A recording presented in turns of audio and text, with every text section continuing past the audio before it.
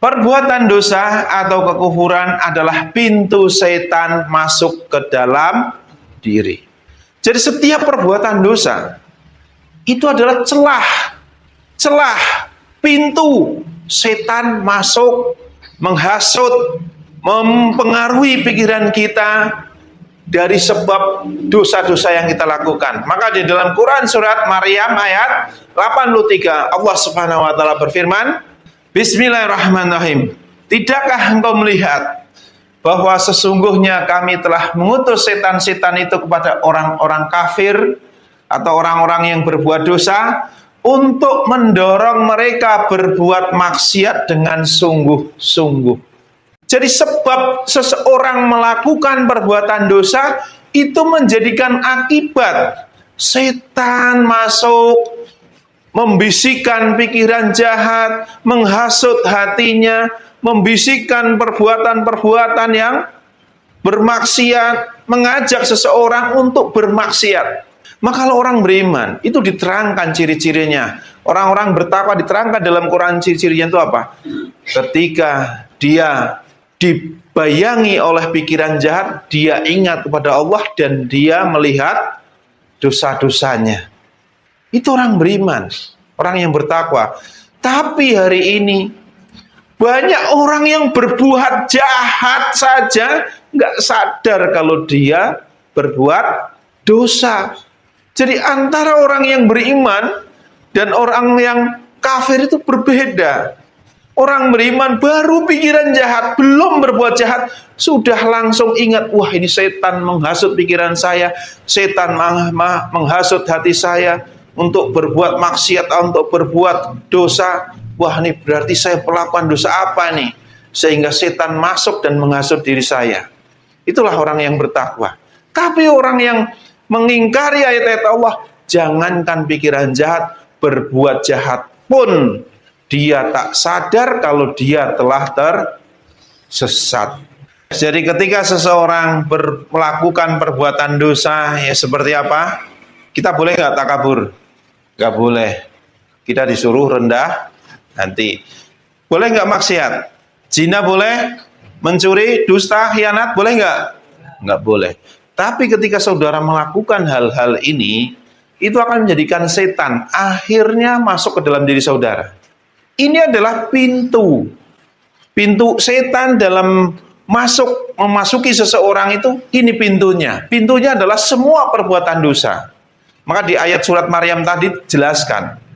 Jadi Allah mengutus setan-setan itu kepada orang-orang yang tidak taat atau berbuat dosa, untuk mendorong mereka berbuat maksiat dengan sungguh-sungguh. Sehingga dari perbuatan dosa ini setan masuk ke dalam diri saudara, sehingga bagaimana agar saudara itu tersesat dari jalan yang lurus. Akhirnya bagaimana agar menutup pintu hidayah, menutup ini jalan yang lurus tapi bilang ini sesat, jangan ikutin. Ini sesat, jangan diikutin. Setan berusaha menghasut saudara seperti itu. Atau mungkin menjadikan saudara lupa, lalai. Kalau saudara telah tersesat dari jalan yang lurus, saudara bikin lalai, tidak menyadari, walaupun sudah jelas-jelas bertentangan dengan ayat Allah, tetap saja saudara merasa benar. Itu juga perbuatan setan.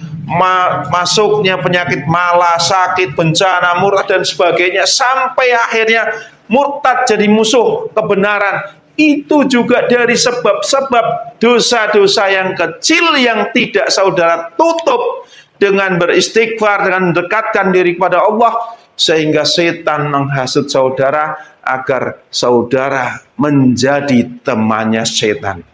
Jadi kalau orang murtad dari agama Islam, itu ada proses panjang.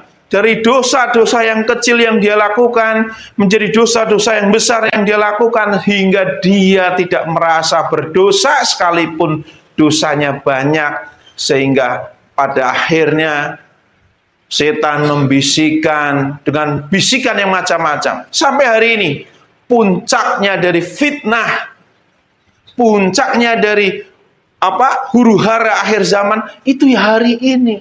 Banyak orang menghina penciptanya, banyak orang menghina Rasulullah, padahal orang itu orang muslim ngakunya. Itu hari ini, kalau dia tidak banyak berbuat dosa, mungkin juga dia punya kesadaran, ngapain sih ngomong kayak gitu. Jadi hari ini banyak manusia yang dikendalikan oleh setan, sehingga dia mencaci, memaki penciptanya, mencaci, memaki utusannya. Itu sebenarnya dari bisikan setan. Maka kalau saudara hari ini beriman, syukuri, itu adalah anugerah yang terbesar yang Allah berikan kepada saudara, sehingga saudara masih tetap di atas jalan yang lurus. Kita buka surat Quran, surat As-Sabah ayat 21. Bismillahirrahmanirrahim. Dan tidak ada kekuasaan iblis terhadap mereka, melainkan hanya agar kami dapat membedakan siapa yang beriman kepada adanya akhirat dan siapa yang masih ragu-ragu tentang akhirat itu. Dan Tuhanmu maha memelihara segala sesuatu. Jadi tidak ada kekuasaan iblis terhadap mereka, melainkan hanya agar kami dapat membedakan yang orang benar-benar beriman dan orang yang kafir atau meragukan akhirat. Jadi iblis itu ujian buat manusia hari ini. Kalau seandainya nggak ada iblis, kita mungkin bingung mana yang benar, mana yang salah juga nggak tahu. Karena apa? Tolak ukur kebenaran itu setelah ada kebatilan. Tolak ukur kebenaran itu karena ada yang salah. Kalau seandainya nggak ada yang salah, bisa nggak membedakan yang benar? Ya sama semua, seperti terang dan malam, siang dan malam. Seandainya nggak pernah ada malam, matahari berhenti terus, bersinar terus, terang terus, kira-kira kita mengenal gelap nggak? Enggak. Adanya terang itu karena ada yang gelap. Maka semua itu sebagai ujian. Adanya setan, iblis itu ya ujian buat kita. Tinggal saudara beramal, amalannya buruk, banyak berbuat dosa, yang akhirnya menjadikan sebab-sebab saudara menjadi ujian bagi orang-orang yang beriman. Bismillahirrahmanirrahim. Sesungguhnya terhadap hamba-hambaku engkau iblis tidaklah dapat berkuasa atas mereka, dan cukuplah Tuhanmu sebagai penjaga. Quran surat Al-Isra ayat 65. Jadi ini terangkan bahwa hamba-hamba Allah adalah hamba yang benar-benar taat, tunduk, dan patuh pada Allah. Niscaya iblis itu tidak dapat menguasainya. Ini jangankan setan, iblis saja nggak bisa. Maka ketika kita dikuasai oleh setan, dikuasai oleh iblis, itu dari sebab apa? Saudara yang membuka pintu itu sendiri, yaitu perbuatan dosa, kekafiran. Dari perbuatan kekafiran itu menjadikan pintu diri kita dengan setan itu terbuka, sehingga setan masuk ke dalam diri. Terus di ayat yang lain, Quran surat Al-A'raf ayat 182 dan 183. Bismillahirrahmanirrahim. Dan orang-orang yang mendustakan, mengkufuri ayat-ayat kami, akan kami biarkan mereka berangsur-angsur ke arah kebinasaan dengan cara yang tidak mereka ketahui. Dan aku akan memberikan tenggang waktu kepada mereka, sungguh rencanaku sangat teguh. Orang yang mengkufuri, orang yang tidak taat kepada ayat-ayat Allah, akan dibiarkan oleh Allah berangsur-angsur ke arah kebinasaan, berangsur-angsur ke arah kesesatan tanpa dia sadari. Merasanya masih benar, rasanya masih sholat 5 waktu, tapi akhlaknya sudah menunjukkan akhlaknya iblis. Itu ya karena dia merasa benar dengan ibadahnya, merasa benar dengan bacaannya, merasa benar dengan puasanya, merasa benar dengan ibadahnya. Akhirnya akhlaknya rusak, dia keluar dari Islam seperti keluarnya anak panah dari busurnya. Itu ada hadisnya, itu kaum Khawarij. Khawarij itu keluar dari apa? Keluar dari Islam.